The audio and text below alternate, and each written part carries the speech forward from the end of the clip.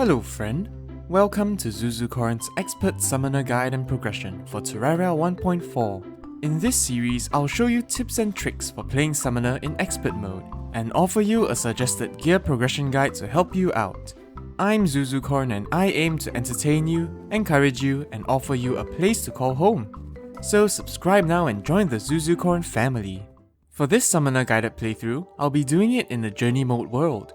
This is purely for block convenience during building. I will not be using the starter wings, and I'll also not be duplicating money and other things that significantly affect the Expert mode experience. Of course, I'll be playing in Expert mode difficulty right off the bat for the most authentic experience there is.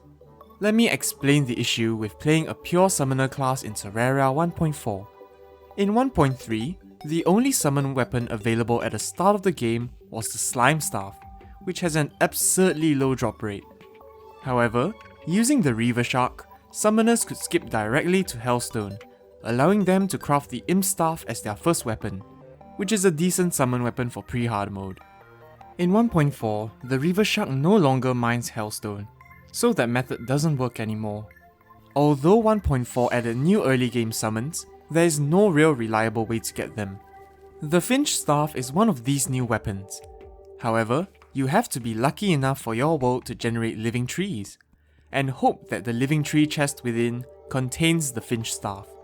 If your world doesn't generate a Finch Staff, you're somewhat stuck. The next weapon is the Vampire Frog Staff, which is dropped from 2 enemies during a blood moon. These 2 enemies have a chance to appear when fishing during the blood moon. The main issue is, these enemies are really difficult to kill early on. I wish the developers had added a more common starting summon weapon, perhaps something that could be crafted using gems or ores.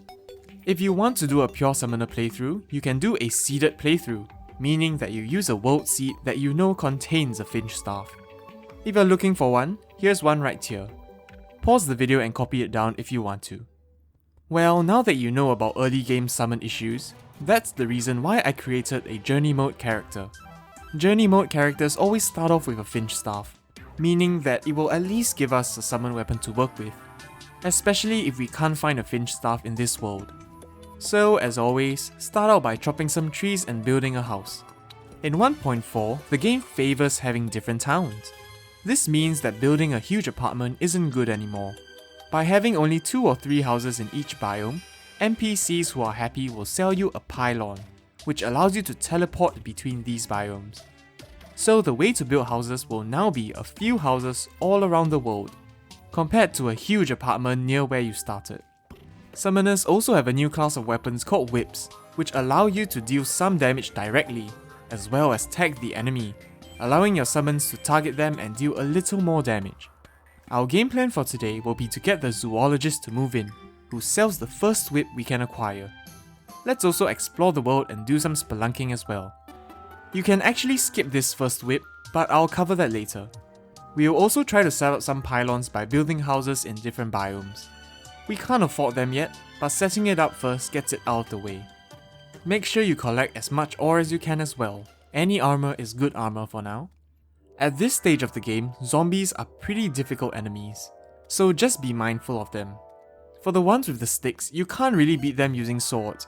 If you go near, they can hit you, see? Lots of damage. Just let the guide deal with it or make your own wooden bow. I will be allowing myself to use starter weapons, at least until we get our first whip. There we go, a simple set of houses. I recommend getting clay as well, so we can make clay pots for herbs. Potions and herbs are really important in expert mode, because they give you the boost that you need to conquer the difficult bosses. Alright, we've made our way to the desert here, so let's build a quick house. There, simple and ugly. I'll decide whether to use this in the future, since the desert here is pretty near our base. Ooh, we've come across our first underground house, with a mace in it. This is an interesting weapon. You can actually combine this with 99 torches to make a flaming mace, which has a chance to burn enemies. It's a pretty solid weapon early on. Just a little more to the right and we've actually found the jungle already. It seems that in this world, the jungle is really near the middle, so that's pretty convenient for us. If you can, try to get some gems for a gem hook as well. That will help you with mobility, and it's pretty important. Ah, this is new to 1.4. This is a fairy, which is a small creature that will lead you to treasure, like a life crystal or a chest. Looks like this one led us to an underground house. That's nice. Be careful though, sometimes they lead you to a chest that's rigged with traps and explosives. So just be careful and scout out the area before you open the chest. Nice, our first life crystal. That will get the nurse to move in. Now that we're back, look, the merchant is already selling the forest pylon. If even more NPCs move in, he might get unhappy and stop selling it. We can't buy it yet, mostly because I keep dying and losing money. But yeah, at least it's set up. The target now is to get the Zoologist to move in, which requires 10% of our bestiary to be filled up. This means that you have to kill many different enemies. You can keep track of this with the bar below here. She will sell a whip when your bestiary is 15% filled. So now you have two choices. Either you faithfully fill up the bestiary and try to get this whip that she sells, or brave the underground jungle for a stronger whip. Personally, I would rather go for the jungle one straight, and it's what I recommend doing. But for the sake of the zoologist method, I'll explore the world a little and set up a few more pylon spots. For our world, it seems that the ice biome is already corrupted by the crimson. For filling out the bestiary, visiting each biome to defeat a few enemies and critters is the most efficient way to do it. Here we are in the Oasis desert. I'll set up a pylon spot here. By the way, for flails in general, after you release it, if you click again, you can make it fall on the ground like this. This is good for dealing lots of damage to slower enemies. Oh, our world has living trees. That's nice. But will we be lucky enough to find a finch staff? Oh, here it is. Let's grab the living loom too. Oh, nice! We actually got a finch staff. That's nice. It has a pretty good modifier as well. Let's replace our old one with this one. Great! We are now set with our first summon weapon. So I guess if you want to do a seeded playthrough, you can use this world as well. Alright, we are now in the jungle. Our bestiary is almost at 10%. I think with this frog we'll be done. Nice! There it is, 10% filled. Now the zoologist will move in. Just keep it up if you're going for the leather whip that she sells. Now, personally, I prefer braving the jungle for the snap thorn, a whip that's stronger than the leather one. The snap thorn is crafted from 12 stingers, 3 vines and 3 jungle spores.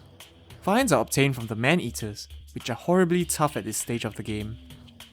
You have no choice but to damage it slowly. Touching it can kill you in 2 to 3 hits, so always keep your distance. You can also hide in a box or a house and summon the finch outside to damage the enemies. However, the finch is undeniably pretty stupid and misses its mark half the time. This method would take a really long time, but it does keep you safe.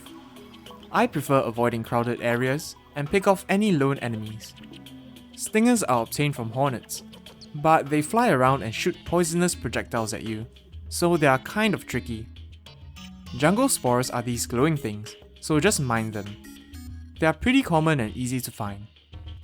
Alright, that's our last vine. This should also be our last stinger. Nice, we've got the 12 stingers that we need. Let's hurry back to craft the whip. Head over to the anvil and craft the snap thorn. We've got a pretty bad modifier on it though. But this is both good and bad. The thing about whips is that the slower the speed, the longer the range. So a sluggish modifier, which decreases speed, actually gives you the longest range on your whips. But well, losing out on damage isn't that good, but it's what we have for now.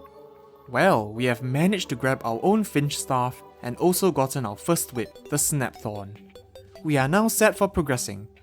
Next time, I'll show you how you can grab Hellstone easily at this point of the game to grab the imp staff, which will help you out greatly pre-hard mode.